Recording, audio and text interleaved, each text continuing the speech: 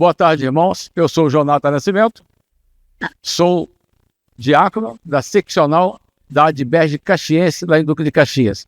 Sou profissional contábil há muitos anos e nos últimos 30 anos, pelo menos, eu tenho me dedicado à contabilidade eclesiástica. Eu faço contabilidade para a igreja. E, por conta da minha militância, eu andei escrevendo alguns artigos que foi transformado num livro, tá? Que hoje já está no Brasil todo. Lá atrás, no stand lá, na mesa, nós temos a nova cartilha da Igreja Legal. Se esse livro aqui tem 200 páginas, eu tenho lá o volume 1 de 6, serão 6 volumes. Eu tenho o volume 1 ali atrás, com 445 páginas. Se você se interessar, esse livro, claro que ele pode ser seu, da sua igreja, e você realmente vai dar um salto assim, muito significativo para a carreira administrativa da sua igreja. Tudo bem? A minha militância diaconal, ela começa numa única igreja e termina lá, eu acho que vai terminar lá mesmo, né? Porque já são muitos anos de vida diaconal. Sou da primeira igreja batista em Centenário, também ali em Duque de Caxias. Bom, vamos lá. Qual é a minha grande proposta para vocês, então, nessa tarde sonolenta?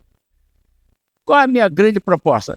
A minha grande proposta é mostrar para você, diácono, que você também é responsável.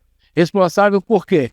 Responsável pelas boas práticas de governança eclesiástica na sua igreja. O que eu estou dizendo com isso? Eu estou dizendo com isso que você é responsável por se ver. Se você vê alguma coisa errada na sua igreja, você deve procurar ajudar, não criticar. Porque crítico, nós já temos muitos críticos por aí, então não precisa de mais gente crítica. Precisamos de gente para ver e fazer acontecer. Mas o olhar do diácono, o horizonte de consciência do diácono é a coisa mais interessante que tem, né?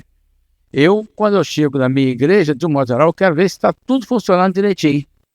Se a ordem está sendo mantida, se a decência está sendo mantida, se tem alguma carência, o que eu posso fazer para poder contribuir para que o culto transcorra dentro de uma normalidade. A gente estava ali na fila do almoço e a fila foi desviada, ficamos debaixo de uma lajezinha ali, né? Debaixo da laje. E o rapaz lá alertou, olha só, vai cair. É um rebocozinho ali, vai cair. Aí eu olhei o reboco, olhei de lado assim, eu falei, não vai cair. Você cai e ele não cai. Esse reboco vai ficar aí 50 anos. Porque ele não estava oferecendo qualquer risco para as pessoas que estavam na fila do almoço ali. Na igreja é a mesma coisa, irmãos. Você não pode... As pessoas na igreja muitas vezes olham assim um problema, né? Tem um reboco lá quase caindo. E as pessoas ficam olhando, fazendo comentário. Um dia isso vai cair. Aí o outro fala também, é mesmo, vai cair. Olha, esse vai cair e vai machucar alguém. Esse é o comportamento adequado? Não. O que a pessoa deve fazer? Tentar resolver. Então esse é o tipo de diácono que nós precisamos. Agora, diácono tem que ser pedreiro, tem que ser carpinteiro, tem que ser pintor? Não, mas ele tem que ter essa visão holística para que ele seja uma pessoa relevante, tá? Dentro da igreja dele. Então, daqui a pouco, ele não passa de um garçom para servir ceia, sabe-se lá, uma vez por mês e mais nada. Não pode, não deve ser assim. O diácono precisa ser alguém que acrescente à sua igreja o tempo todo. O tempo todo. Tudo bem? Então, hoje eu trago para vocês aqui as razões pelas quais você precisa reformar o seu estatuto. Não tem nada a ver com o que eu falei até agora. O que eu falei foi um pano de fundo aí, mas o que eu quero falar para vocês, de fato, é o que está acontecendo no nosso mundo. Há 2, 3 meses, não sei se vocês viram aí, né? Teve uma votação para poder descriminalizar a maconha. Você concorda com isso? Sim ou não? Sei por que vocês não concordam. Não sei por quê. Vocês são favoráveis à proibição do café no Brasil? Não? Café também faz mal, hein? Tá? Sorvete daqui bom também faz muito mal. Coca-Cola faz muito mal. Não quero entrar no mérito, mas só para poder vocês verem que o Brasil tem tomado alguns rumos muito estranhos Então, junto com essa descriminalização da maconha, nós tivemos também o desprazer de assistir também de braços cruzados, muitos de nós, né, a questão do aborto. Tá? Até 20 semanas não tem problema, pode matar. Pode matar, não é problema algum. Mas isso porque as pessoas que pensam assim já nasceram, né? Diz os entendidos que a criança, o feto, luta bravamente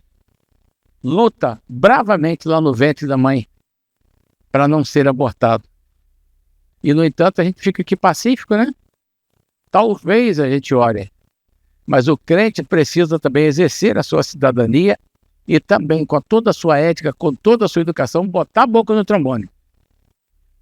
Você hoje é uma emissora de TV poderosíssima. Você é uma mídia poderosa. E hoje todo mundo tem voz com o advento das mídias modernas, né? Então fale, exerça a sua influência junto às demais pessoas. Você é diácono, você é crente. Você tem compromisso com o Senhor Jesus. Então, por conta dessas ideologias, aí eu avanço mais um pouquinho para falar para vocês que o Brasil mudou muito o comportamento, houve uma grande quebra de paradigma nos últimos 20 ou 30 anos. De formas que o que era verdade absoluta lá atrás, agora não passa de verdade relativa. Hoje tudo é relativo. Não tem nada a ver crente beber. Não tem nada a ver crente fazer isso, fazer coisas que eram altamente condenáveis no passado. E aí, eu me lembro que lá na década de 70, talvez, eu era muito moleque, mas eu me lembro, né, que as pessoas, os pastores falavam assim, olha, bola é o que do diabo mesmo, hein? Bola é o ovo do diabo. Bola é o ovo do diabo. Televisão, era pecado você ter televisão dentro de casa. Bateria na igreja, nem pensar. E hoje? Tanta coisa mudou, né? Tanta coisa mudou. E a gente acaba concordando com tudo, não há problema. Aí agora, há um terror que estão botando na gente aí, né? De que pessoas diferentes de nós não podem sentar do nosso lado da igreja. Ou seja, nós temos que fechar as portas da igreja para os ideológicos, para os homossexuais, para os travestis, né? Para as pessoas diferentes da gente.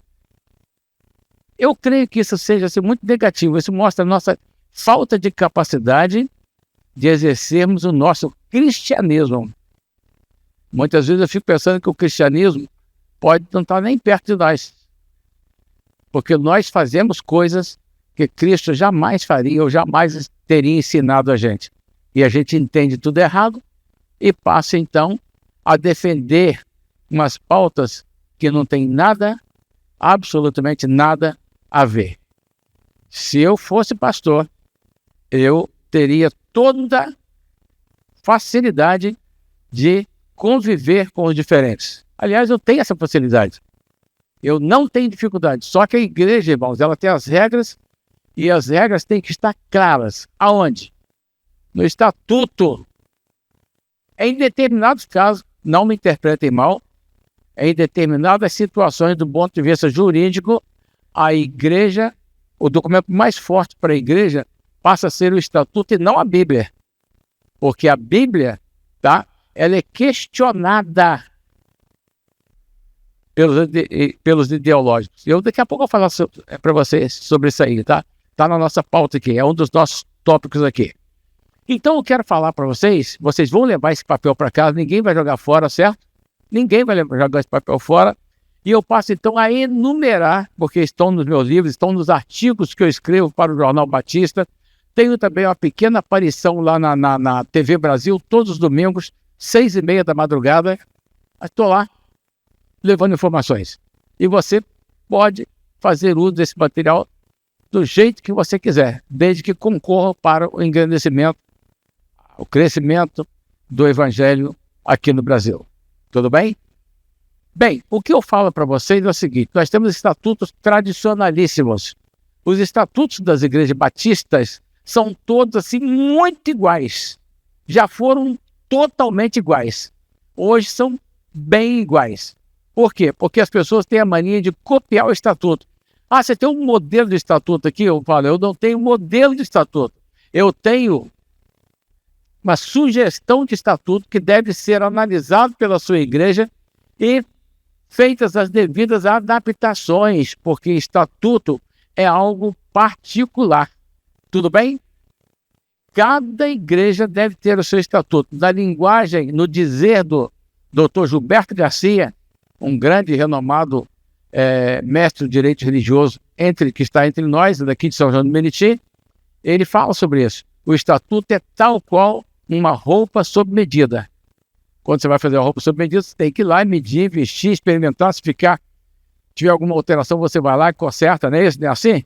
Então, o estatuto precisa ser também desta forma. Pela graça de Deus, eu também tenho feito, recebendo ou não, sendo remunerado ou não, eu tenho ajudado algumas igrejas também a produzir um estatuto de forma que a igreja fica blindada.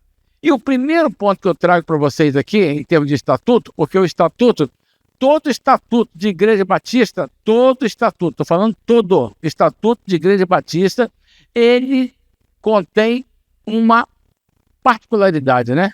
Eles trazem infalivelmente, assim, a finalidade de toda e qualquer igreja é a pesca. Opa, o que é pesca? O que seria pesca?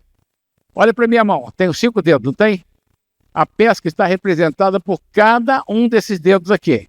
Olha para mim, que depois eu vou perguntar, tá bom? Pesca. Pesca. Temos aqui o P de proclamação da palavra. A sua igreja foi criada com essa missão, para proclamar a palavra, certo ou errado? O E, a segunda letrinha aqui, é o ensino. É ensino da palavra. O S é o quê? É o serviço. Serviço. Serviço de todas as formas.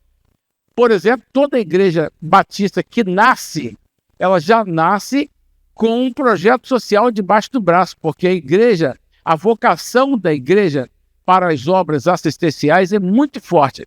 Então, ela desenvolve o trabalho dela com o que pode. Ela destina lá, por exemplo, do seu orçamento, 5%, 10% ou outro percentual para trabalhar com assistência social. Mas qual seria a entrada de uma igreja que está nascendo, que já nasceu, enfim? Nós sabemos que não são entradas tão substanciais assim hoje. Se já foi, hoje realmente não são mais, principalmente as igrejas mais conservadoras que não conseguiram virar a tal chave. E essas igrejas hoje estão com receitas não tão gordas como antigamente. Nós pegamos aí por média uma igreja que tem aí 15 mil reais de receita de dízimos e ofertas.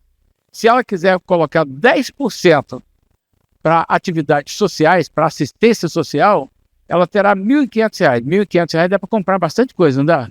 Leite, arroz, feijão, não dá? Mas é pouco, né? Porque a demanda é muito grande. A camada carente da sociedade, lá da sua comunidade, cresce desproporcionalmente se comparado com o crescimento da igreja. Então a demanda vai sempre aumentando. Aí nós temos aí então a necessidade de fazer das tripas coração. Aí acontecem as campanhas, enfim, né? Mas é isso que a igreja tem em termos de atividade social, de serviço social, né? Aí nós temos o C. O C é comunhão. C é comunhão. E A é o quê? Ah, não. Vou repetir aqui só para ficar a sequência bacana. P de proclamação, E de ensino, C de serviço, S de serviço, perdão, C de comunhão e A de adoração. Esse é o objetivo de toda e qualquer igreja. Só que a igreja agora, irmãos, ela pode avançar, ela pode exercer outras atividades além da pesca.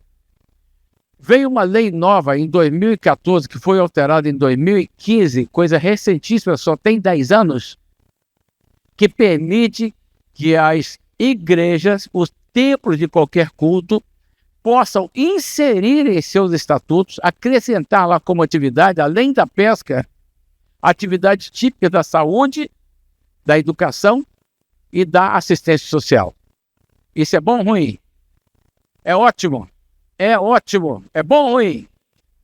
É ótimo. Por que é ótimo? Porque até então as igrejas, elas subsistem, né, apenas dos seus dízimos e ofertas. Nada mais. Nada mais. E agora, então, quando ela quer exercer, assim, criar uma ONG, vamos dizer assim, uma entidade do terceiro setor, ela tem que ter outro CNPJ, tem que ter outro estatuto, tem que ter outro local, tem as despesas, tem um custo, né? Então isso não é legal. E agora ela podendo fazer dentro do próprio CNPJ dela, é ótimo.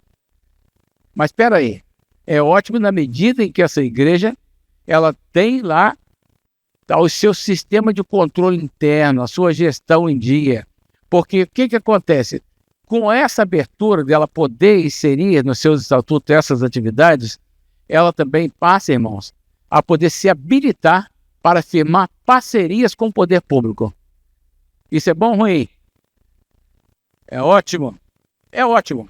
Só que os gestores têm que ter juízo, porque se fizer errado, vai dar problema para a igreja.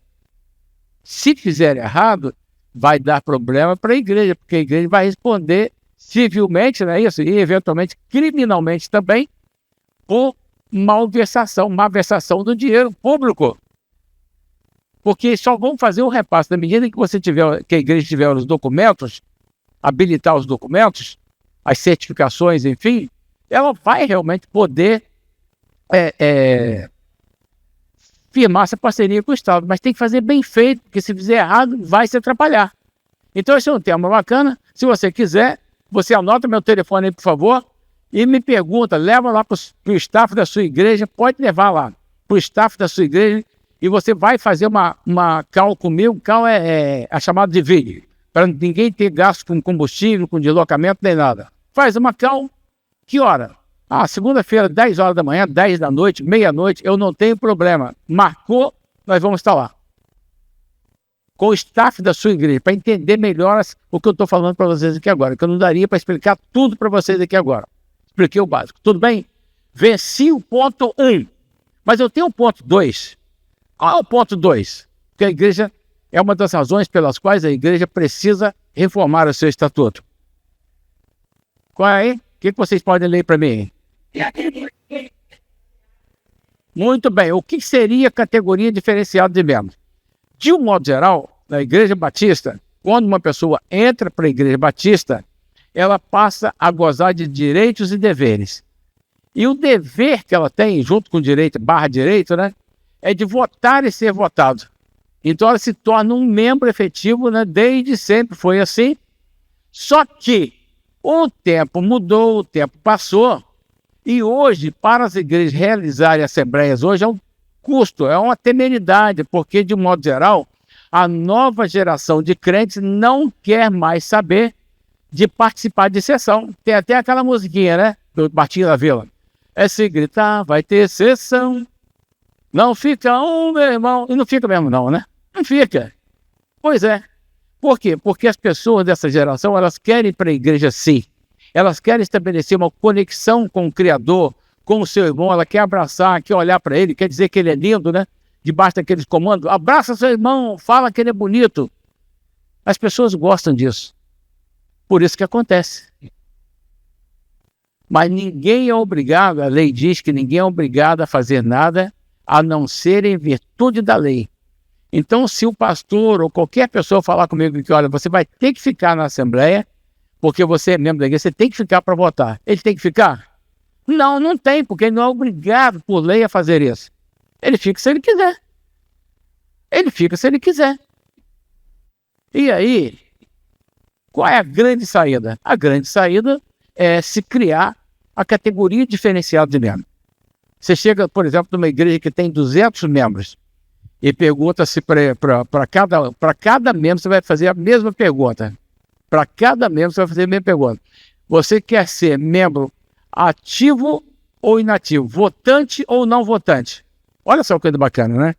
Você vai querer fazer parte dos processos decisórios da igreja, das resoluções da igreja, sim ou não? Se ele disser sim, ele está dizendo que ele quer participar do conselho administrativo, do conselho fiscal, do conselho não sei o quê, deliberativo. qualquer conselho, das assembleias. Ele quer participar também das assembleias. Então, no universo de 200 pessoas, se 100 pessoas disserem que não querem e 100 pessoas disserem que querem, está resolvido o problema. Porque quem quer, quer mesmo, né? Vai estar ali presente nas assembleias e tudo. E quando houver uma assembleia, pode ter certeza que estarão 100 pessoas lá. E aí, então, todas as assembleias vão ter quórum suficiente. Seja quórum para decisões simples, né? Sejam quóruns qualificados, que em determinado caso são exigidos. Então, também isso aí é um achado também. Junto com isso aí, com a categoria diferenciada também, nós temos hoje muitas pessoas com patologias, muitas pessoas novas ou idosas, com patologias, que estão com síndrome de pânico, que não aguentam mais andar em público, que pensa que está sendo perseguida, que vai morrer a qualquer momento, que vai receber uma bala perdida. Isso é natural para quem vive em grandes cidades, principalmente vulneráveis como a nossa região. Onde concordar com isso, não é isso? Então, temos também aquelas pessoas que ficaram idosas e que não têm a facilidade de locomoção. Não tem ninguém que possa se deslocar com aquela irmãzinha de 80, 90 anos que quer ir para a igreja, mas tem que pegar um ônibus. Como é que ela vai pegar um ônibus? Tem aquela pessoa que se mudou da sua cidade, está morando agora do outro lado do oceano, a 10 mil quilômetros de distância, e lá não tem igreja. Aí ele, poxa, eu gostaria de continuar sendo membro da minha igreja. É possível isso? Agora é, porque é o que nós chamamos de membro virtual. A pessoa vai ter esse compromisso com Deus lá, vai ser filiada à igreja aqui, vai ter assistência pastoral, né? Vai ter assistência pastoral, vai poder ver os cultos sendo transmitidos e ele é inserido. Ele não vai ser uma pessoa, né, cancelada. Sobre esse ponto também, vocês podem fazer na chamada de vídeo com o Jonatas combinadamente, né? E eu posso explicar isso melhor para vocês, tudo bem?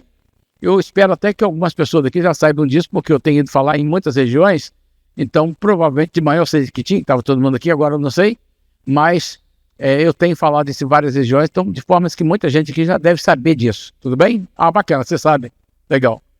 Então, e vamos agora então para o ponto 3, que é a questão do voluntariado, a natureza dos trabalhos desenvolvidos em espaços eclesiásticos. Embora não fosse uma verdade absoluta, no passado a gente pensava, a gente entendia que todo mundo dentro da igreja era um crente fiel que nunca ia dar trabalho para as igrejas. Todo mundo é crente, todo mundo é ovelha. Com o passar do tempo, começaram a aparecer algumas pessoas diferentes, não estou nem dizendo que são desonestas não, tá? Mas diferente de você, de mim, enfim, né? Que estão ali na igreja, eventualmente trabalhando, mas quer ganhar alguma coisa. O que eu vou ganhar com isso? Quer uma amostra disso aqui? Com todo respeito que eu falar? Não, está sendo gravado, eu não vou falar. Mas depois, se vocês me perguntarem, eu falo, tá? Mas é a dinâmica do mundo. É a dinâmica do mundo nos força a ver as coisas de forma diferente, tá? Então, os voluntários da igreja eram aquelas pessoas que cuidavam da cantina, eventualmente faziam a limpeza do templo, eventualmente aquelas pessoas que exerciam o diaconato, pessoas que desenvolviam o momento de adoração lá, os chamados músicos, né?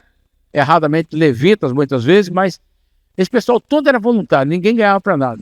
Hoje, não seria escândalo dizer para você que muitas pessoas que atuam como instrumentistas na igreja, eventualmente não são crentes. Não comento mais nada sobre isso. Eventualmente é isso que acontece. Então, o que nós precisamos fazer hoje? Eu falei de professor da IBD também, não falei? Eu falei de diácono também, falei da recepcionista, da pessoa responsável pelo estacionamento também, não falei? E não tem invencionista aqui, irmãos, são frutos da minha vivência nesse ramo de situações que eu experimentei e tenho experimentado, ouvindo e podendo eventualmente aconselhar quando isso é possível. Como é que se resolve isso então? Como é que se resolve isso aí? Ora, existe uma grande saída, tá? Voluntariado O próprio nome diz, é um trabalho voluntário. E para garantir a eficácia da força desse nome, que esse nome traz, nada como você ter na sua igreja um termo de serviço voluntário, que toda vez que alguém receber qualquer função, ele vai assinar e vai declarar para a igreja que o trabalho que ele faz tem caráter voluntário e que jamais será objeto de reclamação trabalhista. Aí você blinda a igreja. Estou falando agora de blindagem da igreja. Tudo bem? Assim você elimina os problemas. Um termozinho para ele assinar após a posse e aí todo mundo fica tranquilo. Tudo bem? Mas agora eu passo então para o quarto tópico. Passo para o quarto tópico. O que é que diz o quarto tópico? Possibilidade.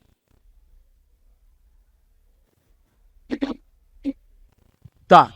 Quando eu escrevi isso aqui, é claro. Quando eu escrevi isso, claro que alguns pastores não gostaram, né? Porque o pastor, ele quer ser o pastor da igreja, sim, mas ele também quer ser o presidente. E aos poucos eu tenho mostrado para os pastores e para as lideranças que muitas vezes você dá um prêmio ao pastor quando você elege ele pastor da igreja e às vezes você dá um cargo para ele, um fardo sem tamanho, porque o pastor, gente, pastor é aquela pessoa que é separada por Deus, é chamada pelo Senhor. Para quê? Para pastorear. Ele não é chamado para poder cuidar de papelada da igreja, documentos da igreja, admissão e demissão de funcionário, que é um problema sério. O pastor foi chamado para pastorear. Aí é claro que tem alguns, né, que não recebem qualquer informação ou formação no seminário para serem administradores. E aí pegou uma igreja, está lá o rapaz, pastor, olha, o senhor vai ser presidente da igreja também. Vai ser o pastor e vai ser o presidente. Ah, tudo bem, a praxe eu aceito. Aí esse pastor vai para lá, quando ele chega na igreja, ele vê que a igreja está com tantos problemas documentais que faz como fez um pastor, meu amigo, tomou posse numa igreja sem conhecer a situação fiscal da igreja documental. Ele foi e tomou posse solene na igreja dele. 2 semanas depois ele veio ao meu escritório. Ele começou a fazer perguntas com os papéis na mão e tal. Eu falei da fria que ele tinha entrado, do ponto de vista documental. E ele solenemente, ele voltou àquela igreja e pediu a exoneração. Que pena. Que pena. Um sonho de um homem pastorear uma igreja. Mas ele viu que o negócio era tão cavernoso, vamos dizer assim, né, que ele abriu mão do seu ministério pastoral. Então, o que acontece? Os nossos estatutos batistas, eles têm lá um artigo que diz assim, olha, o pastor que sempre será o presidente da igreja atuará por tempo determinado ou por tempo determinado, isso já é outra história, não me interessa aqui, não nos interessa aqui. Como é que você resolve esse problema? Em vez de deverá ser o pastor que será sempre o presidente da igreja, tira isso daí, muda com uma palavra. Ficaria assim, olha, o pastor que poderá ser o presidente da igreja.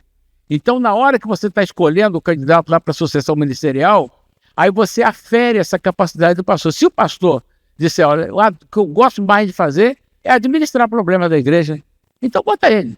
Já sabe que ele tem habilidade. Agora, sem falar, irmãos, o meu negócio é ganhar almas, é ir para o campo, é fazer visitação, é ganhar alma para Jesus, é ir para o campo, para o front. Mesmo assim, o senhor quer ser o presidente da igreja, posso te garantir que ele vai falar que não quer. Porque essa presidência, meu irmão, muitas vezes é um encargo que mata pastor e gera dissensões, porque muitas vezes nós como igreja, nós somos implacáveis com os nossos pastores. Cobramos deles, muitas vezes, aquilo que nós não temos condições de dar. Esquecendo que pastor também é gente que tem as suas limitações. Agora, hoje eu já prego com toda tranquilidade que o pastor precisa sim ser avaliado sobre vários aspectos a cada período.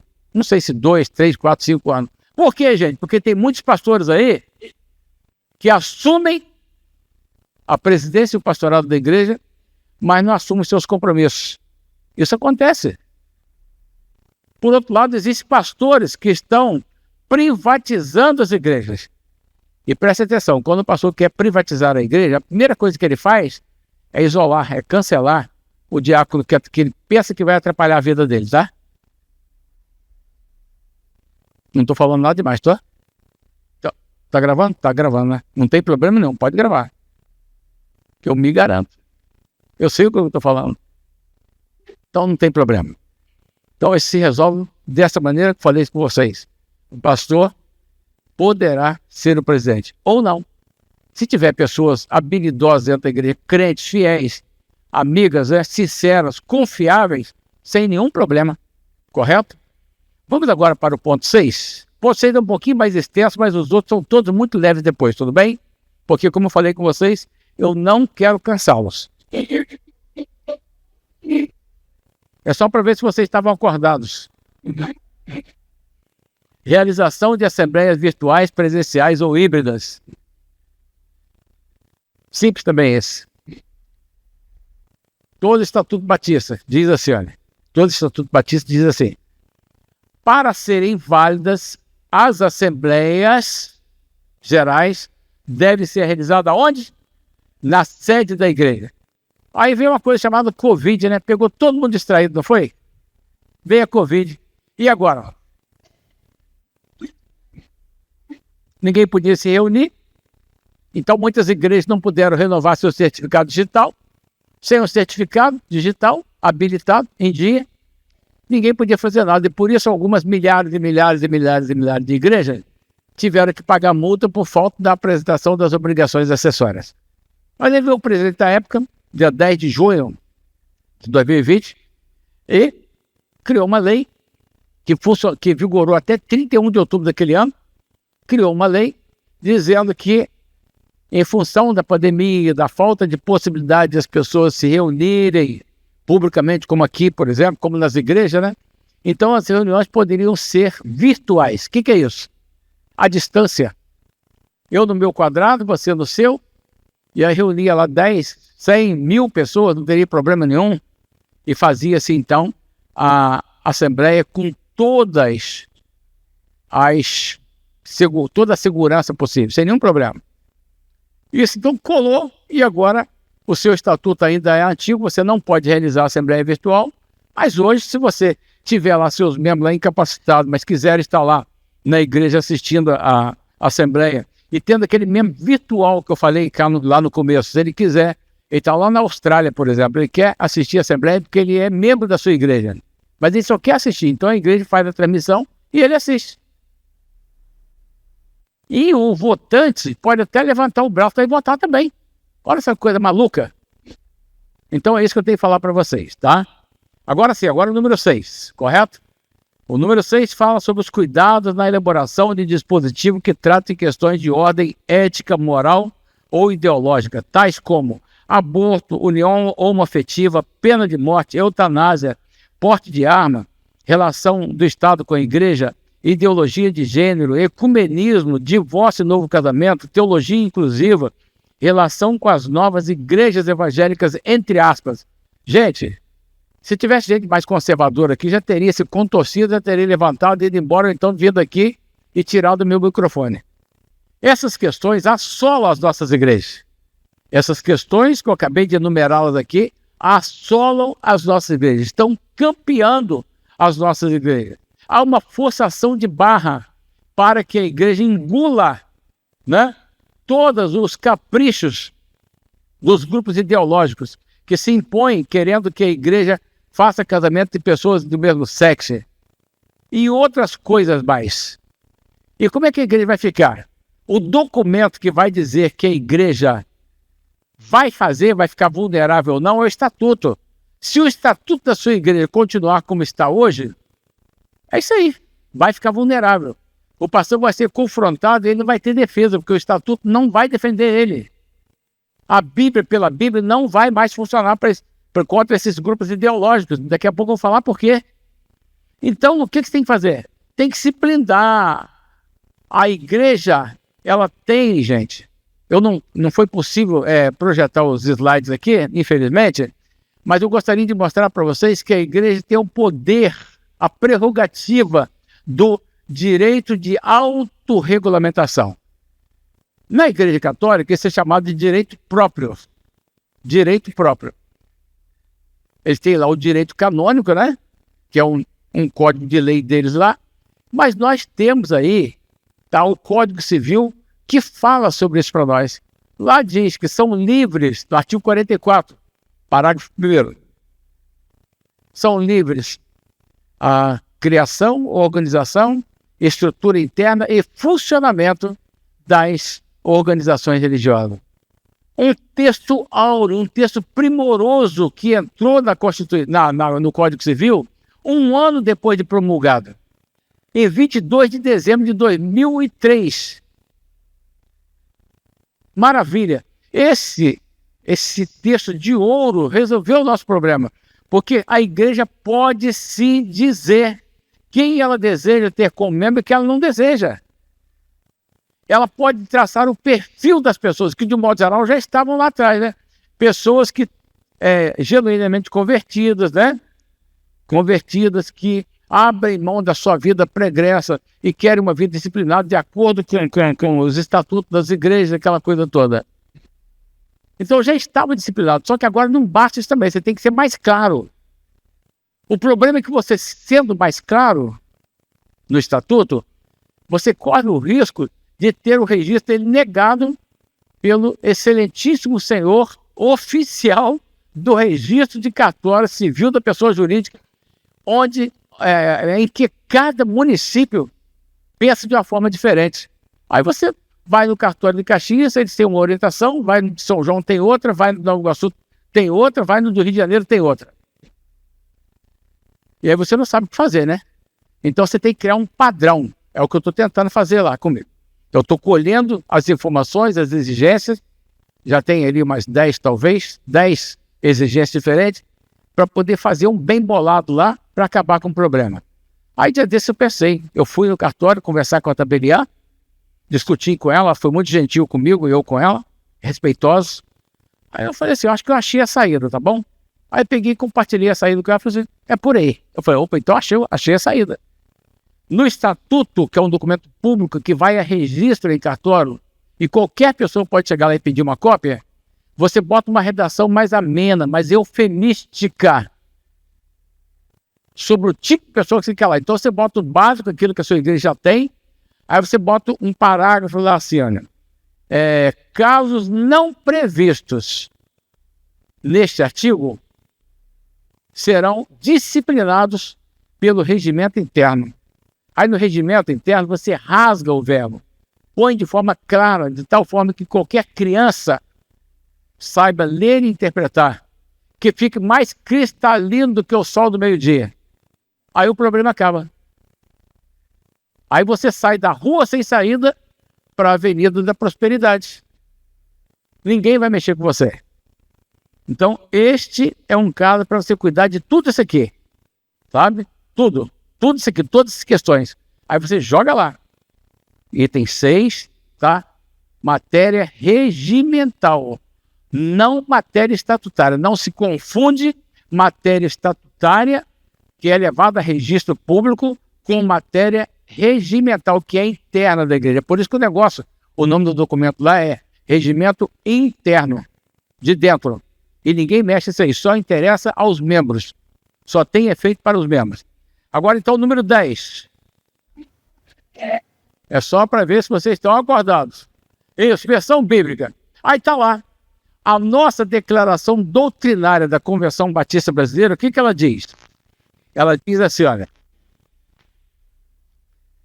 A Bíblia Sagrada é a nossa regra de fé e prática. Muito bem, está lá. Eu já li. Vivo lendo. Quando ensaiaram aí uma reforma, uma alteração, uma atualização da declaração doutrinária, eu mandei a sugestão para lá, mas não vingou. A Bíblia é nossa regra de fé e prática. Está lá na declaração. Isso é transportado para os estatutos das nossas igrejas. Pode pegar lá que está lá da sua igreja também. Pode pegar, eu garanto para você que está. Aí a pergunta básica que eu faço é, Qual Bíblia? Qual versão? É qualquer uma? É qualquer uma? Não é, gente. Tem uma Bíblia chamada Teologia Inclusiva. Eu não sei se você adotaria essa Bíblia para a sua igreja. Há Bíblias aí, Bíblia boa. Eu tenho mais de 20 versões, mais de 20 Bíblias na minha estante, que eu leio, estudo. Peguei uma Bíblia boa que me foi indicada por um pastor bacana e tal. Aí peguei a Bíblia, comprei a Bíblia. Poucos dias depois, ele falou: Jonathan, cuidado com essa Bíblia. Por quê? Ela está cheia de erros. Não era eu maldoso, não, era eu mesmo de impressão. Mas estava lá, senhora. Olha só como é que estava. João 1, João 1, 8 ou 9, não lembro bem. Se dissermos que... Qual é o versículo? Se dissermos que não temos pecado, exato, nós fazemos Deus mentiroso, aquela coisa toda. Pois é, aí estava lá sim. Se dissermos que temos pecado, enganamos nós mesmos. Aí é complicado, né? Se dissermos que temos pecado, nós estamos enganando, não, nós somos pecadores. Então, qual é a versão correta? Qual é a verdade aí? Se dissermos que não temos pecado, nós estamos nos iludindo e tal, na verdade não está em nós e tal. Mas lá estava assim. Então não foi um erro de propósito, foi um erro circunstancial. Foi um erro gráfico, vamos dizer assim, mas estava lá, está errado. E eu liguei caprichosamente para a editora e pedi para ela recolher aquela versão, porque estava errada. E eles, gentilmente, eles fizeram. Recolheram aquilo ali, pegaram, pagaram as despesas com o Sedex e mandaram a outra para mim. Correto, honesto. Agora, tem versões, irmãos, que não são nem necessariamente falsificadas, adulteradas, mas versões fracas. O problema é que nós, quem conhece aqui grego e hebraico aqui em profundidades, se tivesse, eu até daria o lugar aqui para dar uma pequena explicação para vocês. Eu não tenho essa habilidade, eu não tenho essa formação, eu não fiz teologia, eu não estudei grego e hebraico, por exemplo. Então, eu tenho que me esforçar um pouquinho mais para conhecer as correntes, ler quem sabe mais do que eu, para poder ficar de pé para falar para vocês aqui. E a verdade é, você não pode aceitar qualquer versão, senão vai dar ruim. Mesmo com as versões atuais, você quer ver uma coisa que me deixa assim, muito incomodado? Eu até parei de levar a Bíblia para a igreja, gente. Eu levo o celular agora, que eu escolho a versão que eu quero na hora ali. Tem várias versões, então pega a versão ali e leio. Aí o pastor fala, vamos ler em... sei lá, chuta um texto aí dos evangelhos, por exemplo. Aí ele abre lá e o projetor projeta ali uma versão. Aqui ele vai ler outra. E os membros da igreja de cabeça baixa, lendo das suas Bíblias, vão ler outra. Viram a Torre de Babel. Rapaz, aquilo me incomoda sobremaneira. Se o dirigente conta com a mídia, o que ele tem que fazer? Deixar a Biblinha dele fechada e olhar para ler. E é difícil fazer isso. A menos que ele tenha torcicolo, né? Não pode olhar, aí não vai olhar mesmo, não tem jeito. É simples assim, gente. E às vezes o dirigente só precisa de um toquezinho nosso para fazer diferente. E para poder trazer o quê? Trazer compreensão para as pessoas que estão ali, que não são só os visitantes, não. Há muitas pessoas que têm dificuldade de interpretação. A tua palavra, Senhor, é escudo e broquel. Bacana, escudo, eu tenho uma ideia do que seja escudo. Eu tenho uma ideia do que seja escudo. Mas broquel não tem, não. Eu não posso imaginar. Se você falar assim, Jonathan, me mostra um broquel aí. Eu não sei o que é broquel, não. Você sabe? Alguém sabe? Se eu falar assim, a senhora de azul, deixa de chocorrice, minha irmã. O que é chocorrice? A senhora tá vendo? Lá na Bíblia tem a palavra chocorrice. Não tem? Pois é. Então são várias coisas que a gente tem que prestar muita atenção e saber escolher a versão bíblica que nós vamos ler na nossa igreja. Nós não podemos ler qualquer coisa. Tudo bem? Possibilidade de aceitação de membros de outras, membros de outras denominações, batizados ou por imersão, bem como aceitação de pessoas que vivem sob o regime de união estável. Não quero brigar com ninguém, não quero botar fogo em parquinho, mas a gente fala verdades. Eu fiz direito, eu tive o privilégio de fazer direito. Sou graduado, não exerço direito, mas sou graduado. Como também fiz letras. Fiz letras, lecionei em escola secular, lecionei também em seminário, o que me deu assim, muita alegria. Então, a gente está sempre lutando para poder melhorar um pouquinho, né? Não é verdade? A gente sempre luta para poder melhorar um pouquinho. Mas eu nunca vou trazer assuntos contundentes para dentro da igreja. Mas uma das fontes do direito é o costume. Costume. O negócio vira um costume, daqui a pouco é transformado em lei. É uma das fontes do direito. E o que a gente vê hoje? A gente vê que o universo de pessoas que estão debaixo da união civil e que não estão nas nossas igrejas batistas, porque a igreja batista não aceita ou não aceitava, porque agora eu já conheço vários casos, não vou denunciar, porque eu não sou X9, mas eu conheço vários casos em que igrejas batistas estão aceitando pessoas que vivem debaixo de união civil. Mas eu estou certo de que são casos pontuais, casos concretos. E aí eu cito o melhor exemplo que eu posso citar dentro da minha limitação. Vamos pensar uma criança que tenha nascido lá na selva amazônica. Lá na selva amazônica também tem igreja batista, não tem? Então a menininha estava lá com 9 aninhos, passou a igreja batista por lá e batizou a garotinha. 9 aninhos. O tempo passou, quando ela estava ali com 13, 14, 15 aninhos, ela se casou. E estava na igreja.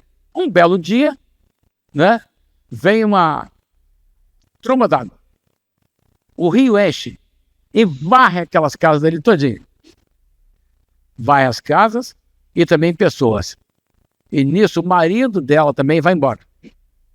Morre, sumiu. Não se sabe se morreu. Porque se não há corpo, né, não há atestado de óbito. Sumiu. E ela veio para a cidade grande. Foi lá para o Parque Fluminense. Duque de Caxias. Foi lá para o Parque Fluminense. Caiu lá na primeira igreja batista do Parque Fluminense.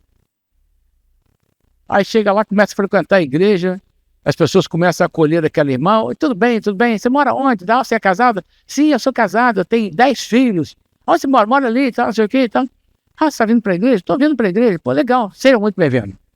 Aí daqui a pouco, olha, você sabe que você ser membro da igreja, você precisa se batizar, né? Falei assim, não, eu já sou batizado. Onde você se batizou? Lá na selva amazônica, quando eu tinha 9 anos. Ah, é? É mesmo, 9 aninhos e tal, você veio para cá? Então tá. Agora só está casada, né? Não, agora eu sou juntada. Eu sou juntada porque aconteceu isso, que meu marido sumiu, então eu não pude conseguir o atestado de óbito dele, e eu não podendo casar, que não pode mesmo, né? Aí eu me juntei. Mas é um casamento, gente, é um casamento. A moça nova se casou, constituiu família com o mesmo homem, debaixo do mesmo teto, constituíram família, com o ânimo de constituir família, né? Então a família, a única coisa que eu não tenho, desculpa a expressão, a única coisa que eu não tenho é a meleca da certidão de casamento. Agora, abro um parênteses aqui. O casamento civil no Brasil, ele veio depois da Igreja Batista. Quem é capaz de falar para mim aqui em que ano os batistas chegaram ao Brasil? Quando foi constituída a primeira Igreja Batista do Brasil? Fala assim, 17 de outubro de 1882. Foi isso mesmo?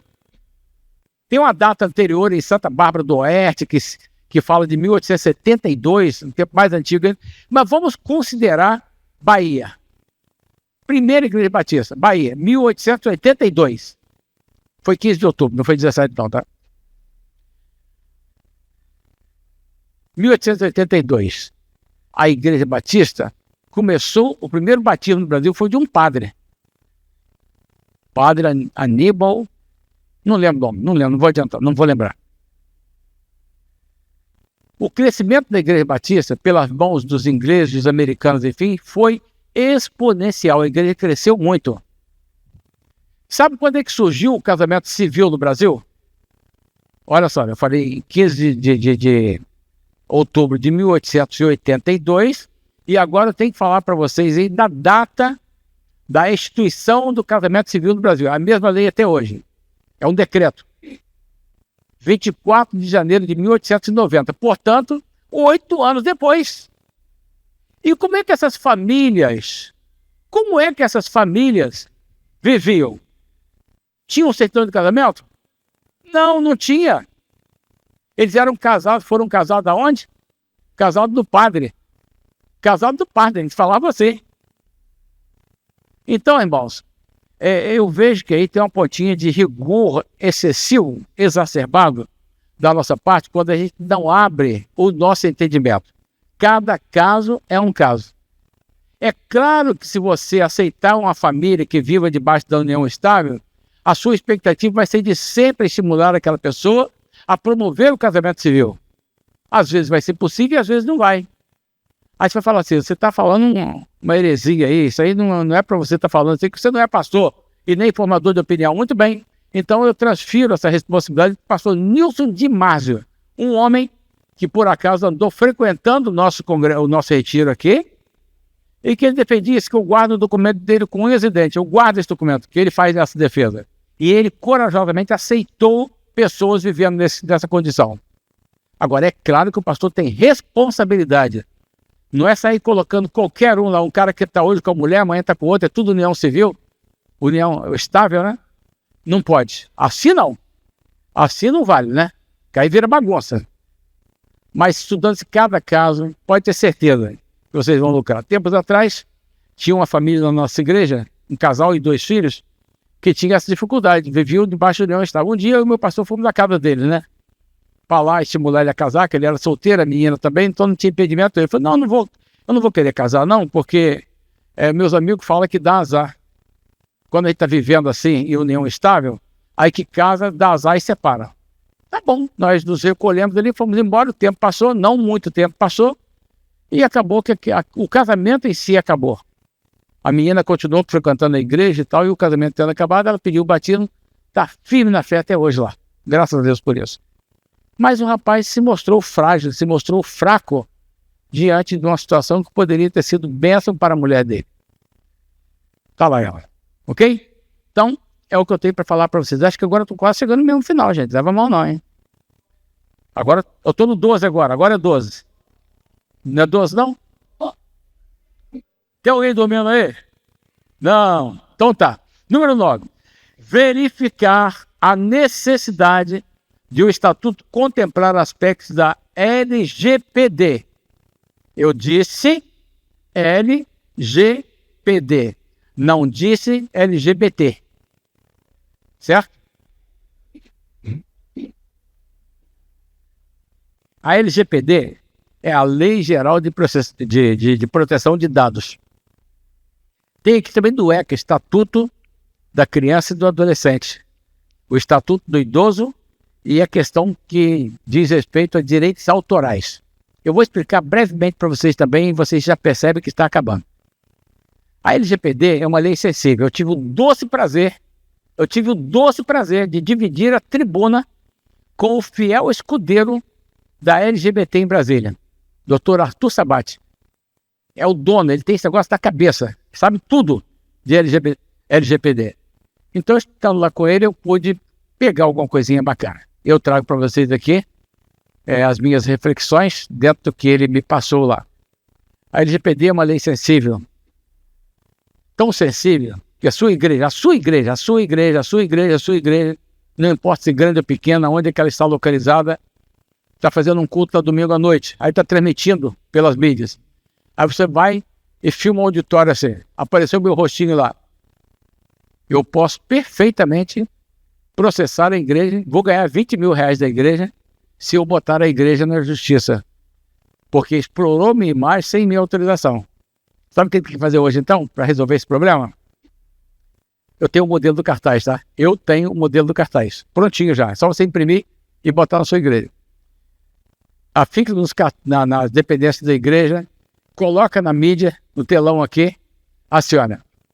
Em observância à Lei Geral de Proteção de Dados, informamos que esta igreja faz transmissão de seus cultos e outras atividades através das suas mídias sociais. Aí o cara vai olhar assim e fala assim, poxa, eu não gostei desse negócio aí não, ó. Eu vou embora para outra igreja agora mesmo.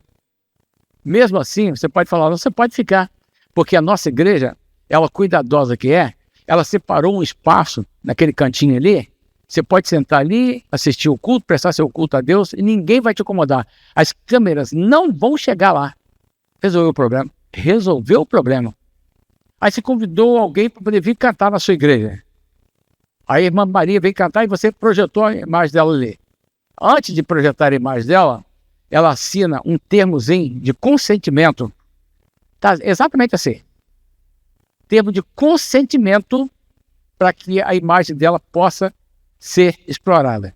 Criancinha, escola bíblica de férias.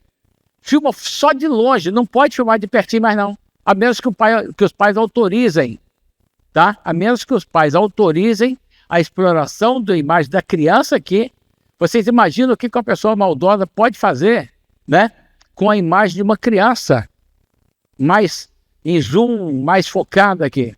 Então, de longe, de vez em quando desfocar também, não é pecado também não. São cuidados que são exigidos de nós nesses tempos modernos, gente. Falei então da LGPD. Quem quiser o cartazinho, eu tenho ali. Muitas igrejas já adotaram, muitas outras ainda não, mas vale a pena. É um cuidado urgente que você tem que ter. Vamos falar agora então de quê? Do Estatuto da Criança e do Adolescente. Não é isso? Estatuto da Criança e do Adolescente. Vocês acham que as igrejas recebem também crianças peraltas? Crianças hiperativas? Ah, recebem, né? Por acaso, não sei se vocês sabem, mas essas crianças também frequentam escolas. E nas escolas elas são o terror da garotada, né? Pintam e bordam. Trazem problemas sérios para todo mundo. No banheiro, então, eles molestam as crianças menores. Não é verdade? Fazem miséria. Aí os colégios hoje, já fui a alguns colégios, já vi, que tem um adulto que faz um plantão lá dentro do banheiro para não deixar ter bagunça. Não sei se vocês sabem disso. Mas as escolas mais cuidadosas hoje estão fazendo exatamente, fica lá uma pessoa adulta sentada na cadeirinha lá para poder botar moral. Agora você imagina na igreja, que a gente, não liga não, aqui todo mundo é crente. Aí acontece uma desgraça dessa na sua igreja. Como é que a sua igreja vai ficar? Vai aparecer no Fantástico, né? Vai aparecer no Fantástico. Então as igrejas também precisam ter pessoas lá tomando conta, porque quando entra na igreja, no espaço eclesiástico, quando as crianças entram, adultos também, a igreja, a diretoria, né? Enfim, são responsáveis pela integridade daquelas crianças ali, do bem-estar delas ali. Sabiam disso, sim ou não? Por isso que, eventualmente, a igreja tem que ter extintor, tem que ter saída de emergência, tem que ter escada, mas também tem que ter rampas, elevadores, porque é uma necessidade legal hoje. E aí, me faz lembrar uma história, que um senhor não crente, diz que ele é muito forte, assim, maior do que o senhor, assim, né? Ele chegou assim, batendo, pisando firme, muito firme, assim, eu quero falar com o pastor. Aí o diácono que estava lá para atender, ele falou assim, calma que eu vou atender o senhor, porque o pastor está pregando agora, ele não pode atender o senhor agora. Não, mas tem que ser agora, eu quero falar com ele agora, mas ele não pode, então eu vou falar com você mesmo. Olha, fizeram bullying, praticaram bullying contra o meu filho aqui na igreja. Mas calma, o senhor pode pelo menos me dizer quem é o seu filho para eu poder tomar as providências, ou começar a tomar as providências? Claro que eu posso. E como é que é seu filho? Meu filho é um garoto desse tamanho assim, que tem cara de jaca. Isso vai acontecer, gente. Isso vai acontecer. Toda pessoa que atinge 50 aninhos de idade, 50 aninhos, quem tem mais de 50 aqui? Estão fritos. Depois de 50, gente, depois de 50, você começa a derrapar. Você está bem agora, daqui a pouco dá um apagão assim, fica tudo escuro, você fica tonto e tal, aí procura o médico, aí você já está com um problema de saúde. Não é verdade? Isso é verdade. Não, mas eu estou com 70, não aconteceu, graças a Deus. Mas a média, meu amigo, depois de 50. Quem toma Rivotril aqui? Não, isso é brincadeira, perguntar isso não. Mas quem toma remédio para coração, para pressão, né, para diabetes, enfim, claro, eu também tomo. Tem que tomar. Eu tenho 66 e graças a Deus por isso, né? Então você está lá na igreja, aí você passa mal. Passa mal. O que a igreja, então, a igreja responsável precisa fazer? A igreja responsável precisa ter lá os chamados primeiros socorros. A igreja responsável, atenta, ela precisa ter lá um diácono, talvez, de plantão lá, se a igreja não tem veículo, deixar alguém avisado, que se alguém passa mal, pega, bota no carro e leva para o posto de saúde. Porque se morrer uma pessoa dentro da igreja, é muito desagradável para a igreja, gente. Aí o meu exemplo, que eu gosto de citar, é o seguinte: chega lá na sua igreja, domingo de manhã, uma senhorinha, bonitinha e tal, né? Mas senhorinha, idosa. E aí, aquela pessoa mais jeitosa da igreja, aquela irmã mais delicadinha, vai chegar perto dela: minha irmã, seja bem-vinda em nome de Jesus. Daqui a senhora será muito bem-vinda, tá? E ela vai ficar muito felizinha. Aí você, no domingo seguinte, já terá estabelecido uma relação de amizade com ela. Quem sabe não rolou até um café no meio da semana. Aí você vai chegar perto dela lá na igreja e vai falar assim: a senhora mora sozinha? Não, eu moro sozinha. A minha filha mora perto de mim, mas eu moro sozinha. Opa, a senhora tem se a senhora precisar ter um telefone de alguém que a gente possa ligar daqui? Não, é da minha filha mesmo, pode ver, está anotado aqui. Aí pega aquele papelzinho todo passadinho que mostra o telefone da filha. E a senhora tem algum remédio controlado? Tem hora certa para tomar remédio? Tem, pode abrir minha bolsa aqui. Abriu a bolsa e mostrou os remédios que toma. Isso é um facilitador. Porque ela já disse assim: se eu passar mal, você pode pegar meu remédio aqui, na minha bolsa. Olha só que coisa bacana, né?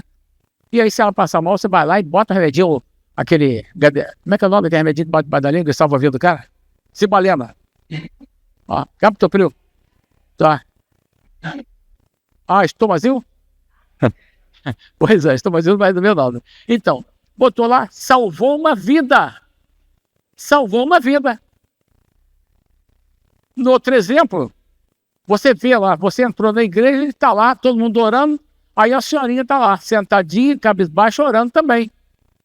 Aí depois o pastor manda ficar de pé para cantar, não fica, continua orando, o culto termina, ela continua orando. Aí quando vão vão perceber que a mulher está. Isso acontece ou não? Pode acontecer. Então a igreja atenta do século XXI, gente, é essa igreja que fica atenta a tudo, tá? Que planta tudo com uma intencionalidade. Porque se você fez isso, naturalmente que a família dessa pessoa, tá? Que você assistiu bem lá, que deu o remedinho debaixo da língua dela lá e tal, e que impediu que os moleques maiores fizessem maldade com os menores, isso vai gerar um valor para a sua igreja. Vai ser bom para a sua igreja, tá? O estatuto, agora é o ECAD, né? O ECAD. Eventualmente, o irmão está cantando na sua igreja uma música com transmissão ao vivo, né? E a pessoa está assistindo em casa. Aí daqui a pouco, gravou a música lá. Eles começaram. Aí parou. Não terminaram, né? Caiu a transmissão. Por que caiu a transmissão? Porque tem um rastreador, né? Que percebeu que aquela igreja que está promovendo aquele culto não teve a licença para executar música de outros autores, diz respeito aos direitos autorais. Tem que ir lá na escola, no escritório central dos direitos autorais, né? Para poder pagar uma taxinha lá, para requerer a licença para poder explorar a música. Isso é honesto. Esse irmão cantou aqui ontem, irmão Ozinha, né? Tá lá, coitado, com os 50 CDs na casa dele, mandou fazer, vendia. Aí vieram os streamers, né? Acabou, não tem mais espaço, ninguém mais hoje tem um toca-CD em casa ou no carro. Mas ele tem direito, é uma produção, né, intelectual. Ele trabalhou para aquilo ali. Então, nada mais justo que você pagar, né, os direitos autorais de quem fez a música que você explora na sua igreja. Gente, vocês podem não acreditar, mas eu estou no penúltimo tópico, estou no 13º. Ampliação do tempo de diretoria. Esse é um assunto muito técnico e eu falo em 2 segundos para vocês. Mandato de tempo da diretoria da igreja, 1 ano. Quem é a diretoria da igreja? Pastor, que é o presidente, vice-presidente, 2 secretários, 2 tesoureiros, mais ninguém. É um grupo pequeno, aí você bota lá 1 ano. Todo ano tem que fazer a eleição, registrar a ata, levar no cartório, perder uma grana lá e voltar. Daqui a pouco você vai lá e faz a mesma coisa, todo ano a mesma coisa. Qual a minha sugestão hoje? Botar um mandato, então, um tempo de mandato mais longo. Você pode botar 2, 3, 4 ou até mesmo 5 anos, porque você não vai ter problema. É claro que se o presidente sair, aquele que assina certificado digital, aquela coisa toda, né? Aí você vai ter que fazer outro registro de ata, assim, para poder cobrir aquela vacância. Mas do contrário, saiu lá a segunda secretária pediu a exoneração. Não há necessidade de você correr para registrar uma ata, não. Tudo bem? É isso que eu tenho para falar. os ministros. É uma confusão danada, né? O que o pastor ganha? O que a sua igreja paga ao pastor? A igreja paga ao pastor salário, não paga salário, coisa. Nenhuma igreja paga salário ao seu pastor. Nenhuma igreja paga salário, porque salário não é coisa de pastor. Pastor ganha proventos ministeriais, pastor ganha congruas, prebendas, munus eclesiástico. Em muitas situações, sem saber, ele recebe óbulo. O que é óbulo, gente? Vocês vão ficar assustados. Óbulo é uma palavra provinda do latim, que significa pequena oferta, que traduzido para o português chulo, quer dizer oferta. Esmola. Esmola. Infelizmente, tem muitos pastores recebendo valores tão ínfimos aí, que dá até para pensar, né? Que dá até para pensar que é isso mesmo, né? Então, cria uma confusão na medida em que nós só conseguimos enxergar como ministros religiosos dentro da nossa igreja só o pastor. Só que se você pegar a educadora cristã, ela também é ministra. Se você pegar o ministro de louvor e não de música, tem uma onda aí que fala ministro de música, não é ministro de música, é ministro de louvor e adoração. O tratamento deve ser igual ao do pastor. Então, se o pastor ganha lá, exemplo, 5 mil de proventos, você não tem que dar o mesmo valor para o ministro de educação cristã ou o ministro de adoração. 3, 2, 1, mas bota lá, dá a condição de ministro. Aí os valores que você dá para ele, você vai dar para ele o quê? Gratificação natalina, 30 dias de férias por ano, FGTM. Aí você dá também ao ministro religioso. A igreja reconhecendo que ele é um ministro religioso auxiliar, tá? Perante a igreja. Lavrando em ata, resolve esse problema. Tudo bem, gente? Eu acabei.